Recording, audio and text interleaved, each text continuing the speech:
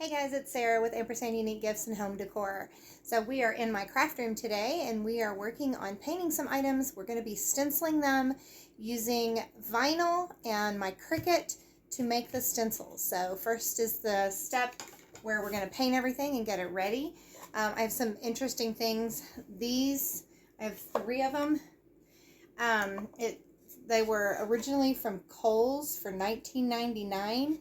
And it looks like then they were marked down to $3.99, and I actually got them in a bundle of items that I paid $1 for, so I have less than a quarter a piece in them. So we're going to try different ways to paint them. I'm going to try to see if I can do just the inside black and leave the outside brown. I'm going to paint the whole thing white. I've got things kind of grouped into what I'm doing. So these are going to be painted with Little Black Dress. Then I have some things over here. They're going to be painted with White Swan. Go ahead and repaint this in Farm Fresh. It's kind of a pale blue. And I got this at the Goodwill. And I wish they wouldn't write on wood items with Sharpie. But it already had the hanging hardware. And I'm not sure if I'm going to leave that on there. It's really hard to try to get things when you have 2, so I may put a string across there, don't know yet. But I'm going to go ahead and paint this with the Farm Fresh. So this blue board, I painted blue and then decided that it needed something a little bit darker, so I had this Farm Fresh that I'd been using, and I thought it was the perfect color for this. It really brightened it up. The paint is so pigmented. It is clay-based DIY paint. Absolutely love it, but I did spray it a little bit with water on the board there before I started, just to help smooth it on there, because a little goes a long way. It's absolutely amazing. But I did just do 1 coat on here and it covered great. And these little signs, people will buy pallets of things like decor that didn't sell, and they go to various things. Sometimes they'll buy a whole container. And so they find their way to the auction barn where I work, and I get an opportunity to pick them up pretty cheap, and I wish I had a dozen more of them. They were so easy to paint and just perfect for little one-word signs and decor to add into, anything from your tiered tray to a shelf to just a feature wall where you have a gallery wall. But it covered so well. And this piece of beadboard is just left from scrap, being a pack rat. I saved it, and I'm going to put a frame around it, and I think it'll look really cute once it has that added. And it was already white, but I just had to refreshen it up where it had gotten kind of banged up and dented and needed that fresh coat. Again, pack rat. This is a piece of barn siding that I kept, and I just wanted to give it a quick coat of polycrylic so that when I stenciled it, it would have a little bit something more and wouldn't just soak too much into the wood.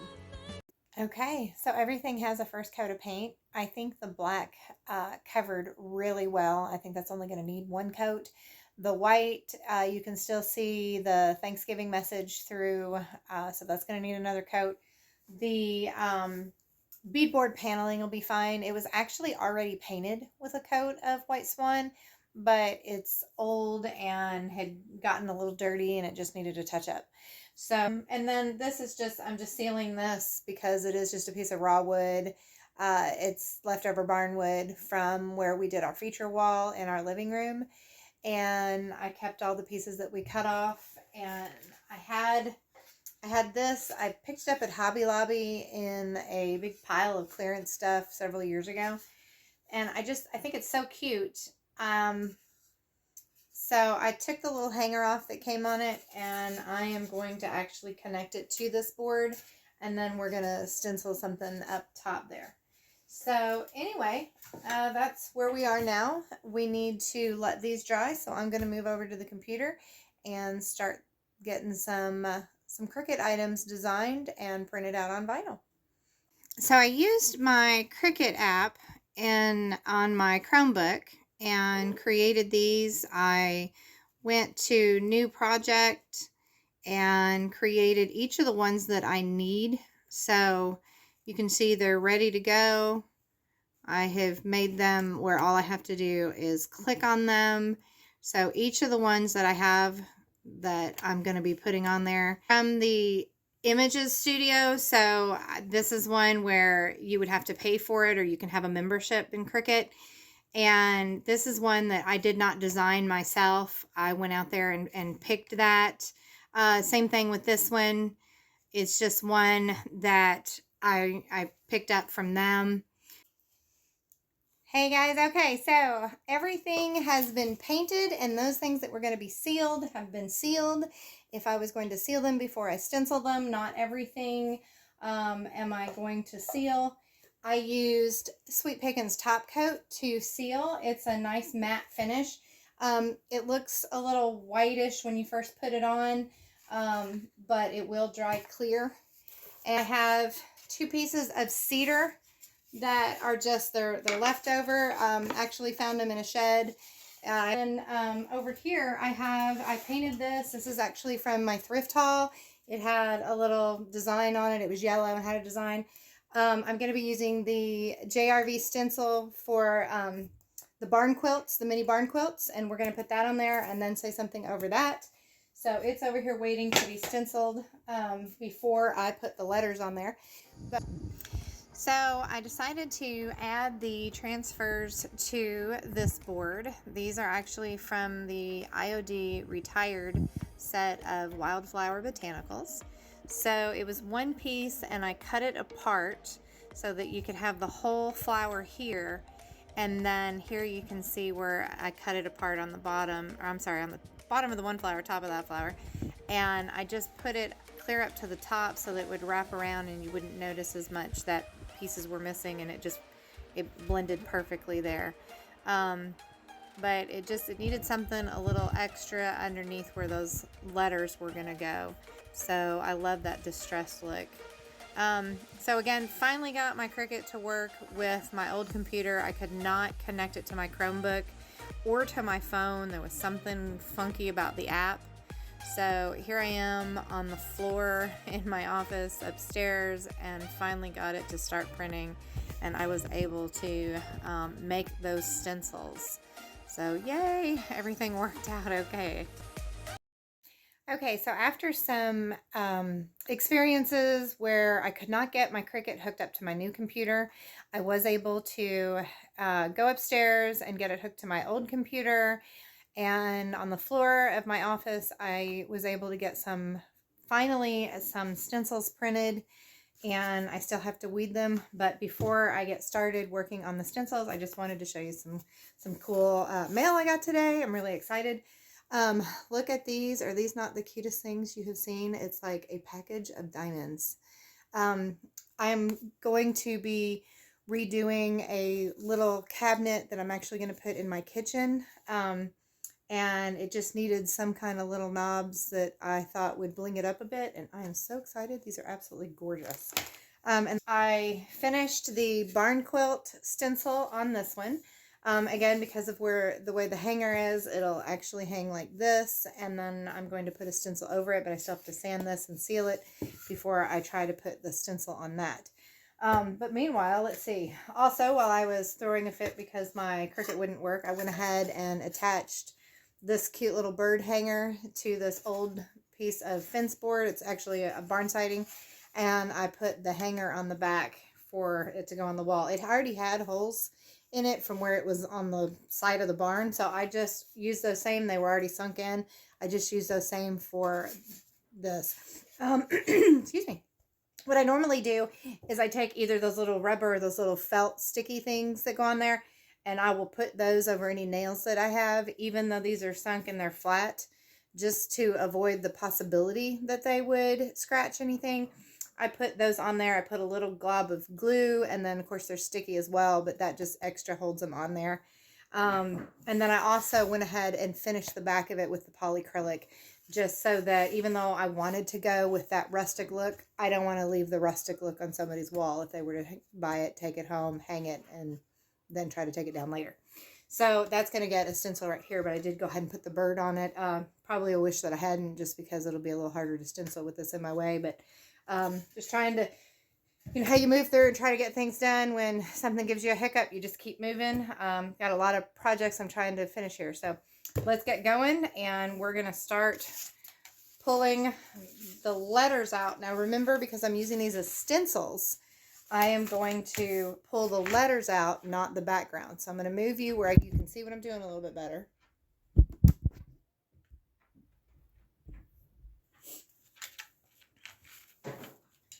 And on these little bitty ones, I just have a pen that I'll use to just kind of catch them and pull them up.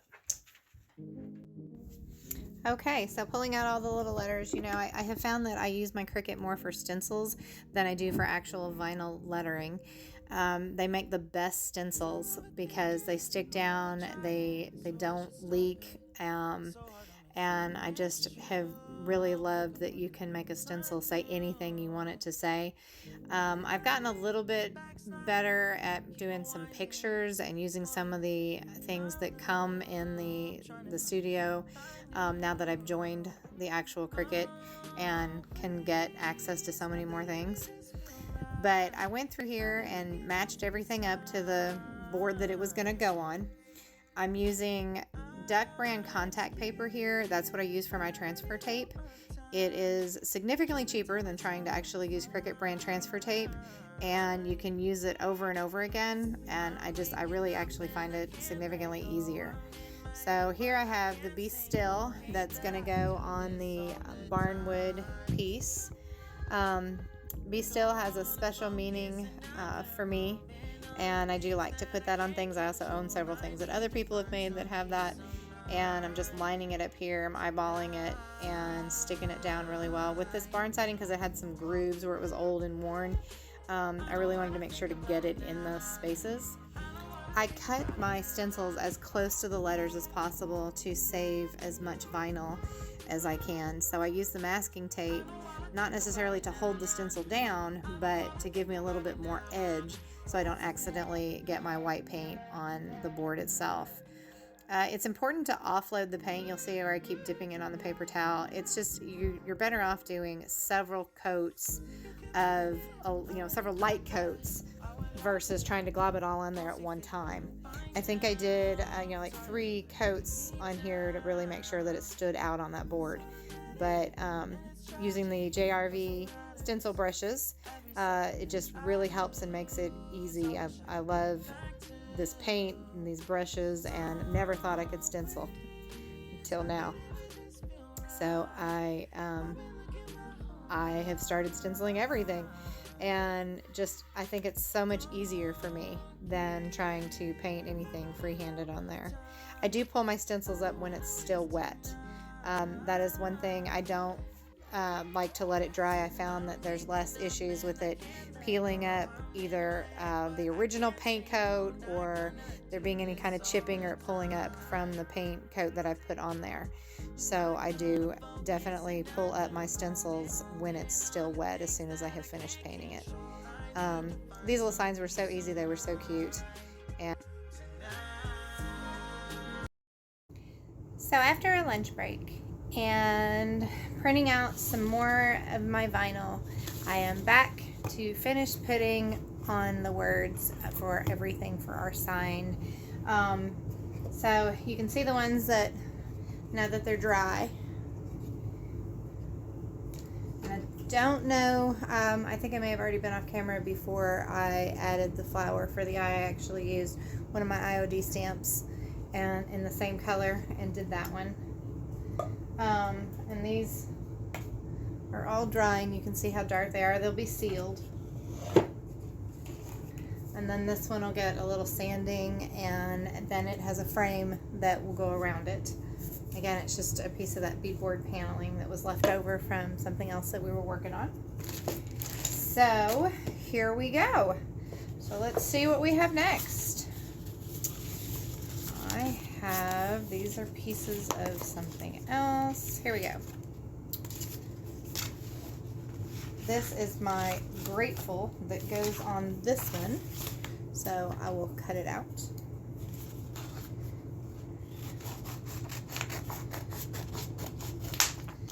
to cut as much of the vinyl off as I can, even though I end up masking tape around it.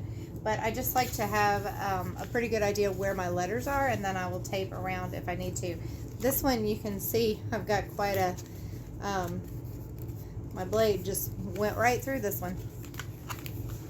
All right, let's go ahead and weed it and get it so we can get some transfer tape on it. And here we go. So I have one piece left, and this is a noodle board that I got from a friend of mine, and when we moved into our new house, we went with a gas oven and range, and well, we just decided that I don't need anything additional sitting on top of the burners in case anything was to happen. So I'm giving it a new life and going to stencil it and sell it and put it in my booth. So I'm going to turn it where you can see what I'm doing here. So I have a pattern that I cut out, and I'm going to have to try to figure out how to do this because it was big. So it's going to have to go into 3 pieces. And I'm going to have to figure out how to cut it out so I can do it and stencil it all at the same time without the pieces tripping all over each other. So here I go. I am going to try and give that a shot, and I'll let you know how it comes out. So keep watching. So I figured out that I could stencil in one and paint the one and do one at a time, because this paint dries so fast that it made it very easy to go ahead and pull it up and then go right into adding the next piece. So the stencil was really big. It actually took 3 different pieces to be able to cut it out, but I love the way it looked. It was the perfect thing that I was looking for to add to this thing. It just, I wanted to give it kind of a an updated farmhouse saying to go with the noodle board, which I think is such a farmhouse style anyway. I really did love this, but I'm always kind of leery about having a gas stove with something wood sitting on top of it. So totally cool. Understand my husband suggesting that maybe I sell it. So it was perfect. So I was able to, like I said, weed them out and get them stuck on there. It didn't pull up any of the paint from the initial one that was there. And it just went on so quick and easy. This black paint is amazing. I mean, it is definitely one coat. And then I could just weed out the little pieces with my pen. And there you have it. Bless our farm. Make sure to subscribe and like and click notifications, and you will be notified when I post more videos. Thanks.